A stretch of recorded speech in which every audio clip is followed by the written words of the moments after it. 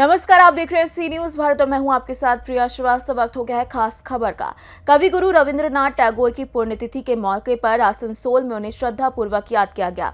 Asansol police line स्थित युवा आवास में आयोजित समारोह में जिला प्रशासन के अधिकारियों और जनप्रतिनिधियों ने कवि गुरु को श्रद्धांजलि दी। इस दौरान उनके साहित्य, जीवन दर्शन और समाज को दी गई दिशा को याद करते हुए कहा गया कि टैगोर की रचनाएं आज भी लोगों को अपनी जड़ों से जुड़कर आधुनिकता की ओर बढ़ाना देती हैं।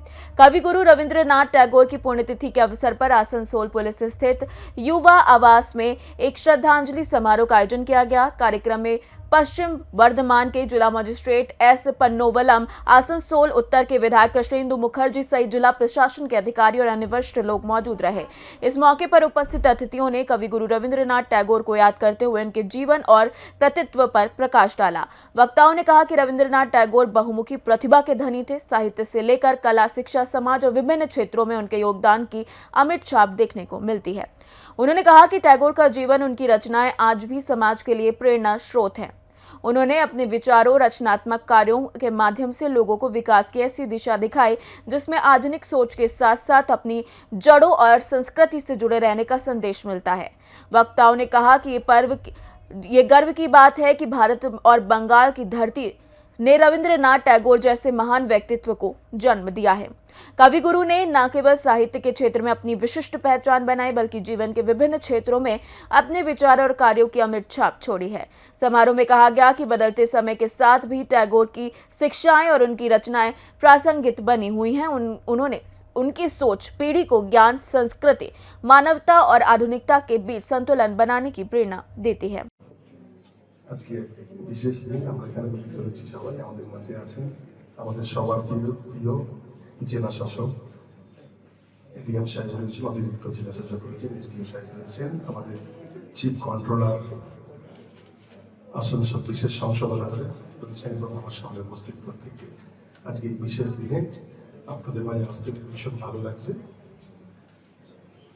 দেখুন, রবীন্দ্রনাথ বাঙালি যারা আছি আমরা, রবীন্দ্রনাথ ছাড়া বাঙালি পূর্ণ না।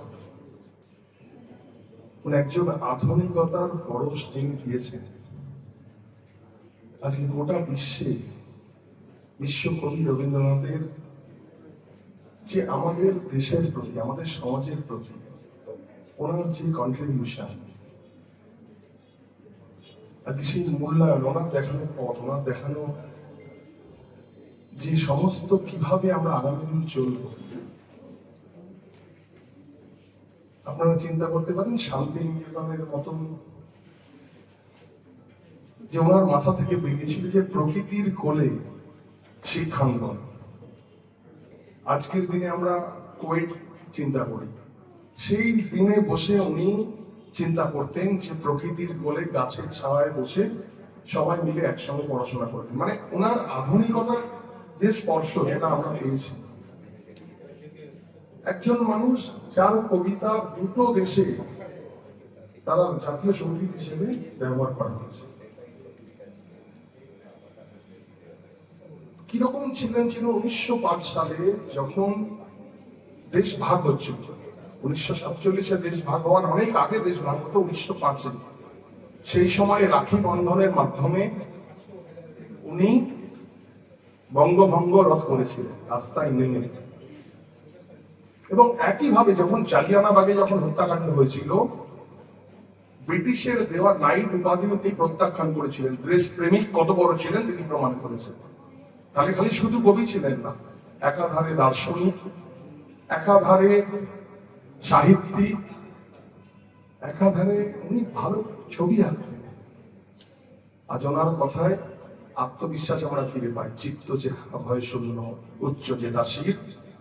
আজকের পশ্চিমবঙ্গের নতুন পরিবর্তন এসছে।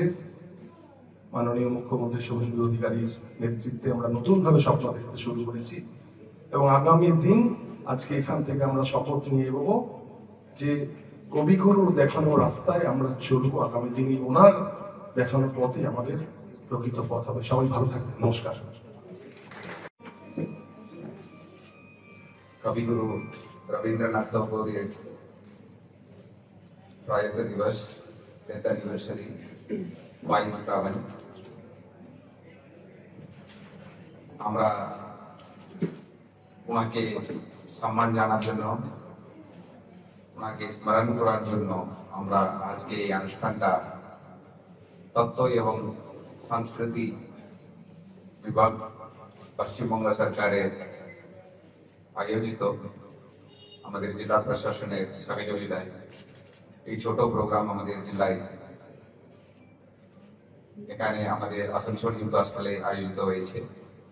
এই অনুষ্ঠানে উপস্থিত আছেন আমাদের সম্মানীয় বিধায়ক আসানসোল উত্তর মাননীয় কৃষ্ণেন্দু মহাশয় উপস্থিত আছেন আমাদের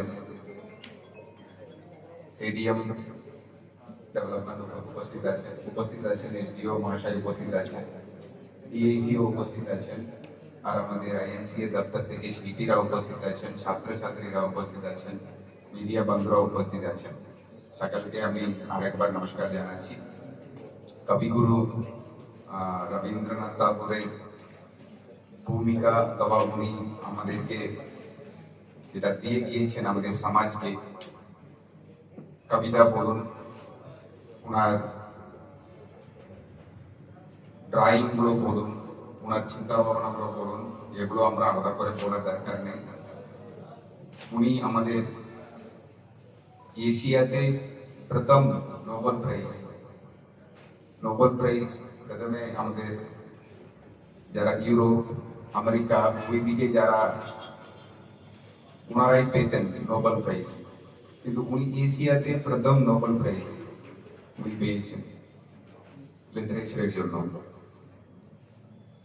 এখন নাই, 100 বছর আগে উনি পেয়েছেন। আগে উনি কত এগিয়ে ছিলেন চিন্তা ভাবনাতে, ওটা একটা উদাহরণ। আর উনি একমাত্র একজন কবি, উনার গানকে দুটো দেশ ন্যাশনাল আন্তম হিসাবে অ্যাডাপ্ট করেছে। এটা হচ্ছে উনার কত বড় উনার ভূমিকা লিটারেচারে।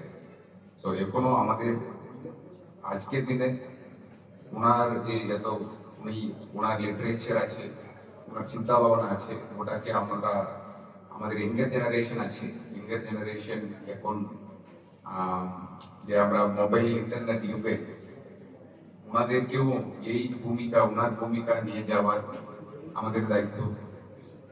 আর এই দিনে ওনাকে আমরা সবাই মিলিয়ে স্মরণ করিয়ে সম্মান দেওয়ার আমাদের দায়িত্ব।